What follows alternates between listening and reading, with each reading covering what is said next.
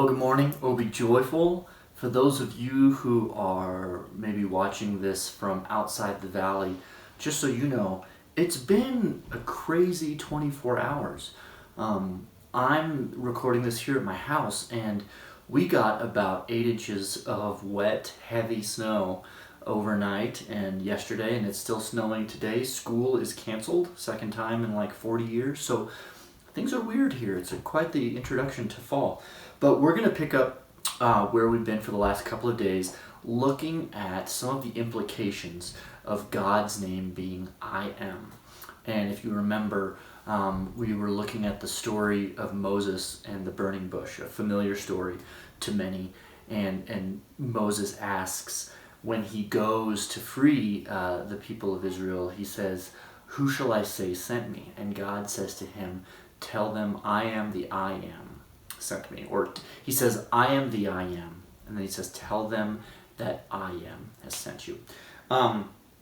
And there are a few things to consider in such a powerful statement. And on Monday we looked at the notion that God, by being the I am, God is beyond time. Yesterday we thought about or considered what it means that God is the absolute reality. And today we are going to look at God being the I am as pointing to the fact that God is entirely and completely fundamentally independent. He does not rely on, he is not dependent upon anything else for his being, for his existence. And I think that that is something that is actually pretty weighty to consider, because when we think of anything in this world, almost anything you can name, or anything you can name, it is dependent upon something else. The winds, it's dependent upon the sun heating up the earth, and heat rising and cool air descending, and it causes the wind, and then that causes the leaves to rustle, and you hear the sound of the leaves rustling. Everything that we can think of is dependent upon something else. But God is the one thing who is entirely, completely independent. Nothing supports him. Nothing counsels or causes his being. He exists entirely independent of anything else. And I think by extension, everything else is dependent upon, ultimately, God. Because God is the one who causes all things. And so as we as you spend some time today journaling and just thinking about what that means, I would encourage you guys to just spend some time, write down some thoughts around, think of a couple of things. Whatever it might be. It could be your car, it could be your job, it could be who knows what. Name just a couple of things.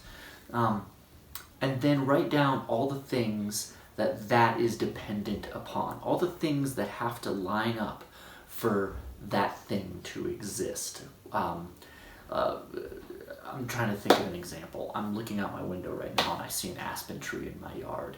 That depends upon the rains to fall. It depends upon a bed of healthy soil. And the bed of healthy soil depends upon years and years and years of material falling and rotting and turning into rich soil that the tree can then get nutrients from.